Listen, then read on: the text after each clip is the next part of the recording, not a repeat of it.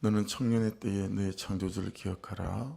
곧 공고한 날이 이르기 전에 나는 아무 낙이 없다고 할 해들이 가깝기 전에 해마는 빛과 달과 별들이 어둡기 전에 비 뒤에 구름이 다시 일어나기 전에 그리하라. 그런 날에는 집을 지키는 자들이 뜰 것이며 힘 있는 자들이 구부러질 것이며 맷돌질하는 자들이 적음으로 그칠 것이며 창들로 내다보는 자가 어두워질 것이며 길거리 문들이 닫혀질 것이며 맷돌 소리가 적어질 것이며 새 소리로 말미암아 일어날 것이며 음악하는 여자들은 다 새하여질 것이며 또한 그런 자들은 높은 곳을 두려워할 것이며 길에서는 놀랄 것이며 살구나무가 꽃이 필 것이며 메뚜기도 짐이 될 것이며 정욕이 거칠으니 이는 사람이 자기의 영원한 집으로 돌아가고 조문객들이 그리로 왕래하게 됨이니라.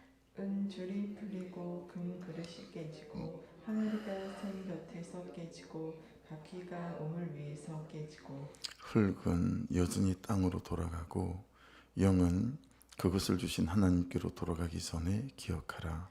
전도자가 이르되 헛되고 헛되도다 모든 것이 헛되도다. 전도자는 지혜자이어서 여전히 백성에게 지식을 가르쳤고 또 깊이 생각하고 연구하여 자문을 많이 지었으며 전도자는 힘써 아름다운 말들을 구하였나니 진리의 말씀들을 정직하게 기록하였느니라. 지혜자들의 말씀들은 찌르는 채찍들 같고 회중의 스승들의 말씀들은 잘 박힌 목 같으니 다 한 목자가 주신 바이니라. 내 아들아 또 이것들로부터 경계를 받으라. 많은 책들을 짓는 것은 끝이 없고 많이 공부하는 것은 몸을 피곤하게 하느니라. 일의 결국을 다 들었으니 하나님을 경외하고 그의 명령들을 지킬지어다. 이것이 모든 사람의 본분이니라. 하나님은 모든 행위와 모든 은밀한 일을 선악간에 심판하시리라. 아멘. 말씀 묵상하시기 전에 몇 군데 좀 줄을 긋고 밑줄을 긋고 말씀을 묵상해 보시면 좋을 듯합니다. 1절 제일 첫 부분이죠. 너는 청년의 때에 너의 창조주를 기억하라. 거기 밑줄을 좀 그어보시고요. 7절로 가보십시오. 7절 뭐 전체를 다 해도 괜찮고요. 아니면 뒤에만 하셔도 괜찮은데 흙은 여전히 땅으로 돌아가고 영은 그것을 주신 하나님께로 돌아가기 전에 기억해라. 예, 거기에도 밑줄을 좀 그어보시고요. 13절도 전체를 통으로 밑줄을 좀 그어보시면 좋겠어요. 일의 결국을 다 들었으니 할 말 다 했다. 내가 대단한 것을 누려보고 가져보고 내가 안 해본 게 없다. 후회 없이. 근데 내가 나누었듯이 일의 결국을 다 들었으니까 하나님을 경외해라. 그의 명령들을 지킬지어다. 이것이 모든 사람의 본분이니라. 본분이다라는 말은 책임이다라는 것을 넘어서서 그게 가장 좋은 것이 있더라. 이런 의미들도 되거든요. 그리고 14절도 통으로 하나님은 모든 행위와 모든 은밀한 일을 선악간에 심판하시리라. 이것은 죽어서 요한계시록 20장 11절 이후에 나오는 백보자 심판대 앞에서뿐만 아니고 살아있는 동안에도 그러하다라고 하는 것입니다. 살아있는 동안에도 하나님께서 그러하다라고 하는 것이니까 사실 지금 줄 그은 거 있잖아요. 그게 오늘 말씀의 핵심 구절들이고 다른 모든 내용들은 이 부분을 해석해내는 또 풀어 설명하는 그런 말씀들이기 때문에 1절에 너는 청년의 때 너의 창조주를 기억하라. 이 말씀이 키버스 핵심 구절 같고 다 이 부분들을 해석해내는 말씀입니다. 기억하라 있죠? 두 번 나왔어요. 그죠? 1절에 한번 나왔고 7절에 한번 나왔습니다. 이게 제일 좀 중요한 이제 단어 같죠? 키워드입니다. 자카르라는 단어인데요. 자카르. 사전에 있는 말이니까 좀 어렵긴 해요. 근데 풀어서 우리가 이해하면 되는데 기억이나 주의 집중, 자 주의 집중하세요 할 때 주의 집중과 같은 완전한 내적 활동, 마음의 중심이라는 거죠. 내적 알통이다. 기억한다라고 하는 건 마음에 항상 그것을 생각하고 기억하고, 우리가 그렇게 하잖아요. 그죠? 중요한 일들이고 소중한 일일수록 이 기억하는 것은 그렇게 항상 마음에서 생각하고, 그리고 또 생각하고 라고 주의가 집중되고 막 그런 거죠. 두 번째 뜻은 적절한 외적인 행동을 수반하는 내적 정신 활동이라는 거예요. 여러분, 그럴 수밖에 없지 않아요? 마음에 자꾸 생각하고 기억하고 그리고 소중하게 생각하면 어떻게 돼요?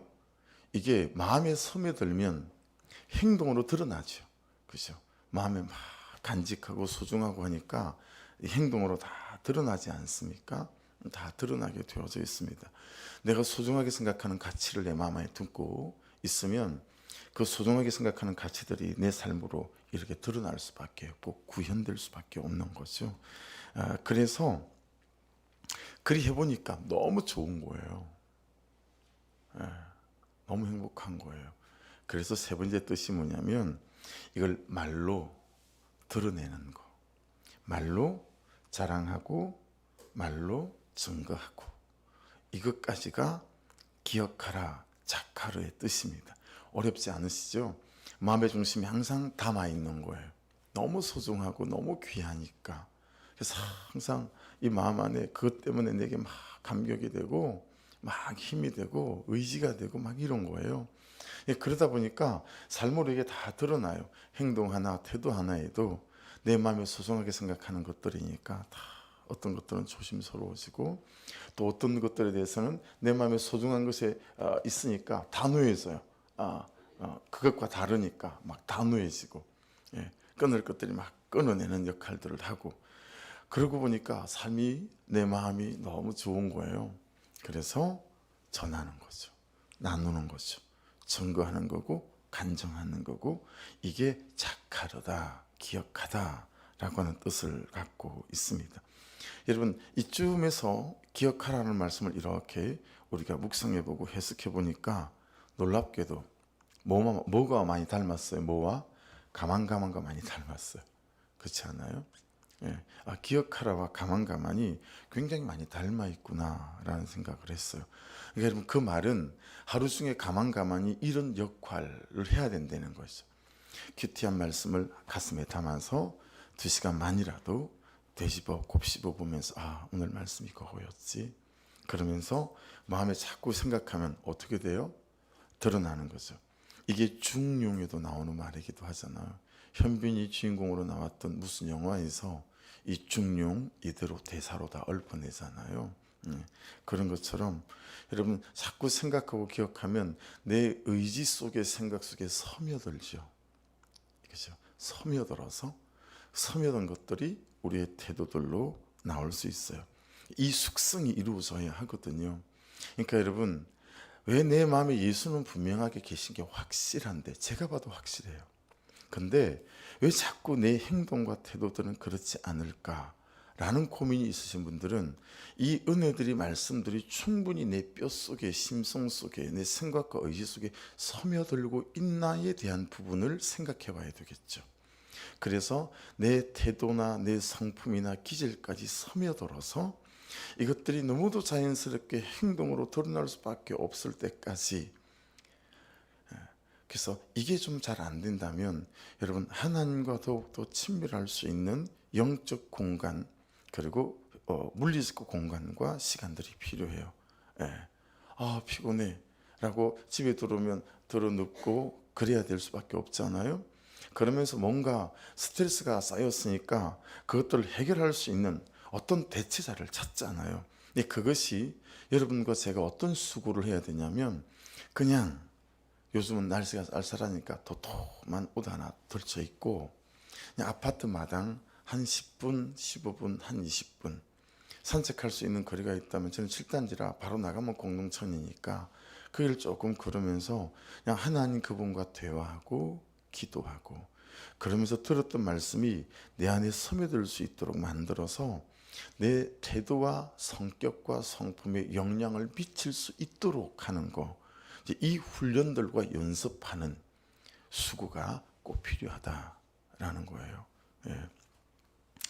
여러분, 우리와 달리 유대인들은 기억하는 방법이 좀 유별납니다.